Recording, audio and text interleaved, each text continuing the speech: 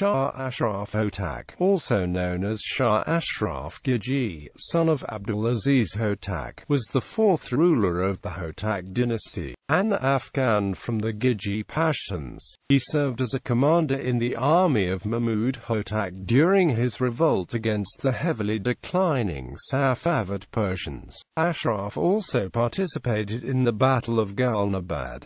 In 1725, he briefly succeeded to the throne after the death of his cousin Mahmud, the nephew of Mahmud Hotak. His reign was noted for the sudden decline in the Hotak Empire under increasing pressure from Turkish, Russian, and Persian forces. Ashraf Khan halted both the Russian and Turkish onslaughts. He defeated the Ottoman Empire, who wanted to re-establish their former arch-rivals, the Safavids, back on the throne, in a battle near Kermanshah after the enemy had come close to Isfahan. This led to peace negotiations with the Sublime Porte, which were briefly disrupted after Ashraf's ambassador insisted his master should be Caliph of the East and the Ottoman Sultan Caliph of the West. This caused great umbrage to the Ottomans, but a peace agreement was finally signed at Hamadan due to superior Ottoman diplomacy in the autumn of 1727. Ultimately, the Royal Persian army of Shah Ashraf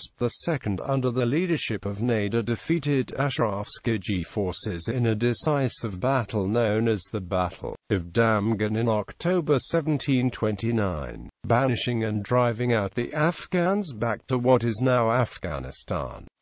During the retreat, Ashraf was captured and murdered by Khan of Kalat Mir Muhammad Khan Balik in 1730. Ashraf, having taken Yazdam-Kumin, marched into Khorasan with an army of 30,000 men to give battle to Ahmasp, but he was completely defeated by Nadir on October 2 at Damgan.